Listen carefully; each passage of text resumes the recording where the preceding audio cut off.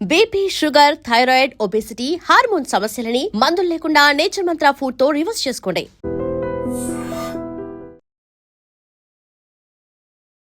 నమస్తే రజిత మేనపల్ గారు. నమస్తే జయ. అంటే ఒక బాధాకరమైన ఒక విషయం మాట్లాడుకోవాల్సిన పరిస్థితిలోకి వచ్చాము.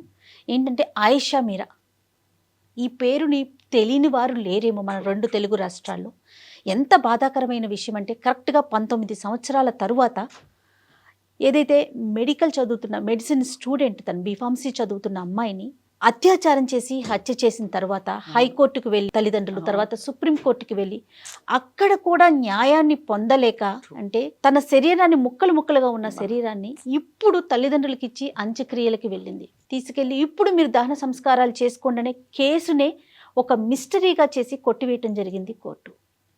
నిజంగా ఆ తల్లిదండ్రుల బాధ వర్ణనాతీతం, మాటల్లో చెప్పలేం. ముఖ్యంగా ఒక మైనార్టీకి సంబంధించిన ఒక ఆడపిల్ల, గుంటూరు జిల్లాకు చెందిన పిల్ల, మనందరికీ తెలుసు. ఇంకా మేమేం చేయలేకపోతున్నాం, ఇంతే, ఈ కేసులో ఇంతవరకే తీసుకెళ్ళగలిగాం, ఇదే న్యాయం అంటే మనం న్యాయ వ్యవస్థను మాట్లాడుకోవాలా, సమాజాన్ని మార్చుకోవాలా? ఎవడైతే హత్య చేశాడో, అత్యాచారం చేశాడో, బహుశా మనందరితో పాటు ఇక్కడే మన సమాజంలోనే తిరుగుతున్నాడేమో, వాళ్ళకి మనం ఏం సమాధానం చెప్తున్నాం, ఏం చూపిస్తున్నాం, ఎలాంటి దారి చూపిస్తున్నాం, రేపటి మన పిల్లలకి ఏం అర్థమవుతోంది?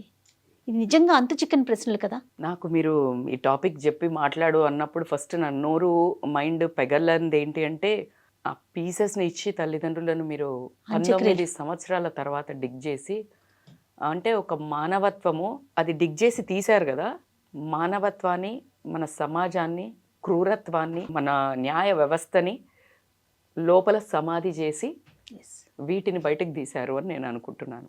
And it is a very painful subject.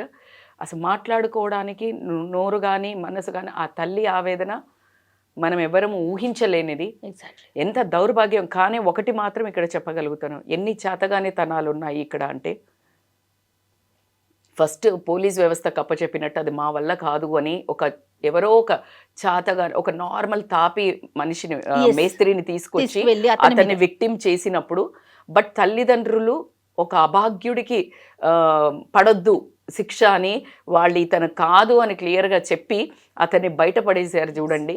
అది అండి తల్లిదండ్రుల గొప్పతనం. ఏంటంటే ఇది కాదు, వీడు కాదు, ఎందుకంటే అతనికి పడడం వల్ల ఎంత అసలు దొంగ తప్పించుకోవటమేమో కానీ కూడా 4 గోడల మధ్య కొన్ని సంవత్సరాల పాటు, ఒక 7 సంవత్సరాల పాటు ఒక తన జీవితాన్ని 4 గోడల మధ్య గడిపాడు. అతనికి ఇంజెక్షన్స్ ఇచ్చి కాళ్ళు చచ్చుపడిపోయేట్టు చేయటం ఒప్పించటానికి, అంటే మన కాపాడాల్సిన చట్టమే రాబందుల్లాగా ఒక మనుషులను ఇట్లా చేస్తే ఇంకా ఎవరండి రక్ష మనకి, కామన్ పీపుల్కి. ఫస్ట్. సెకండ్ పాయింట్, సిబిఐకి అంటే most trusted wing of the world, అంటే మన ఇండియా కానీ ఎక్కడికి కానీ సిబిఐ అనగానే చూడు ఛేదిస్తారు అనే మన ఉద్దేశంలో ఒక డైనమిక్, ఒక రోల్ మోడల్స్, ఒక హీరోస్ సిబిఐకి ఇచ్చామంటే మనం కొంచెం సుక్కూన్గా పడుకోవచ్చు అనే ఒక వ్యవస్థ కూడా ఈరోజు 19 సంవత్సరాల తర్వాత జైలు అలా దులిపేసుకుని మా వల్ల కాదు, ఇది ఇప్పటికి లేట్ అయిపోయింది, విట్నెస్లు లేవు, మేము పట్టుకోలేకపోతున్నాము అని అంటే ఎవరితో చేతులు కలిపారు, ఎవరు? అరే ఎంత పెద్దవి మీరు ఎక్కడండి, 19 ఏళ్ళ ఎప్స్టీన్ ఫైల్స్ పెద్దవి బయటపడ్డ ఒక మన దాంట్లో ఇది ఒక మనిషి, నేనేమంటున్నాను, గుప్పడు ఇలా పట్టుకోవాలి అనుకున్న విప్పాల్సిన వ్యవస్థ పట్టుకొని వాళ్లే కాపాడితే మనం ఎవరిని ఏం చెయ్యలేము, అంతే కదండి. కాపాడాల్సిన దేవుడే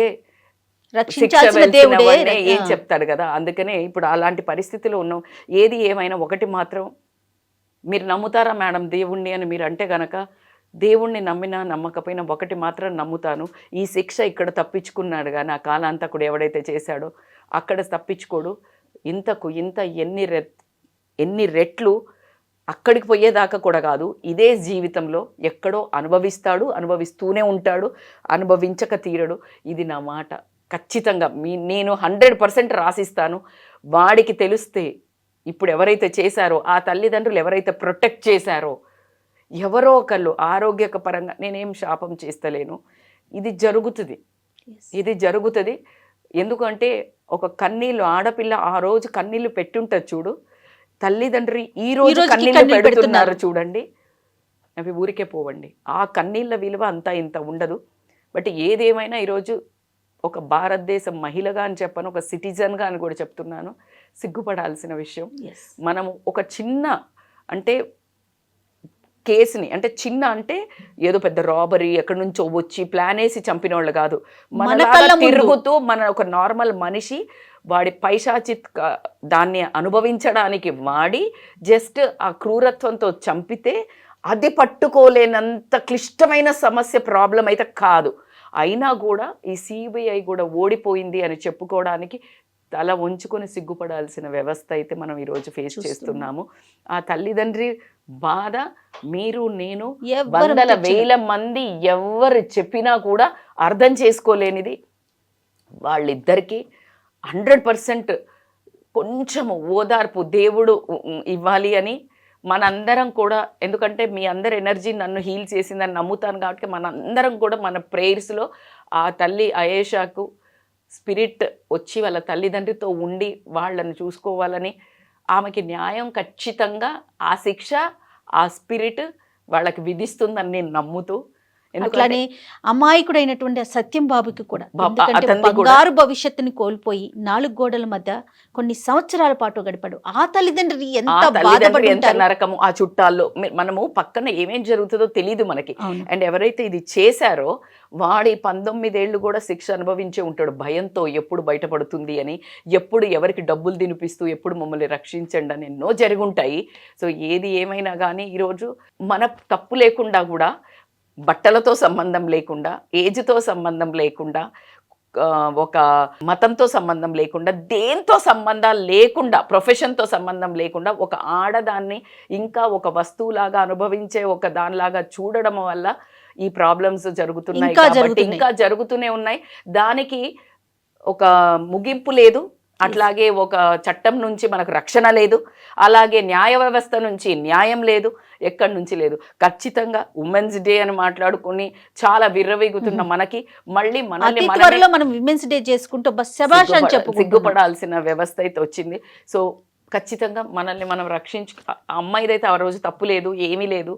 ఎంతకని ఎవరైనా ఉన్న ఆడపిల్లని, అది ఎగ్జాక్ట్లీ హాస్టల్లో ఉన్న ఆడపిల్లని. కాబట్టి ఎవరిని జాగ్రత్తగా ఉండండి. తల్లిదండ్రులకు మగపిల్లల్ని మనుషుల్లాగా పెంచండి, మృగాల్లాగా పెంచకండి. ఒకవేళ మృగాల్లాగా మారితే గనక దేవుళ్ళలాగా దైవతుల్లాగా అమ్మాయి తల్లిదండ్రుల్లాగా శిక్షించండి, తీసుకొచ్చి జైల్లోకి అప్పచెప్పండి, వాడికి శిక్ష విధించండి. ఇది మాత్రం నేను కోరుకుంటాను. కానీ వాటిని కొంగేసి తల్లి కప్పి పుచ్చొద్దు అని మాత్రం నేను ఖచ్చితంగా వేడుకుంటాను. అలానే చట్టం న్యాయ వ్యవస్థలో కూడా మార్పులు రావాలి.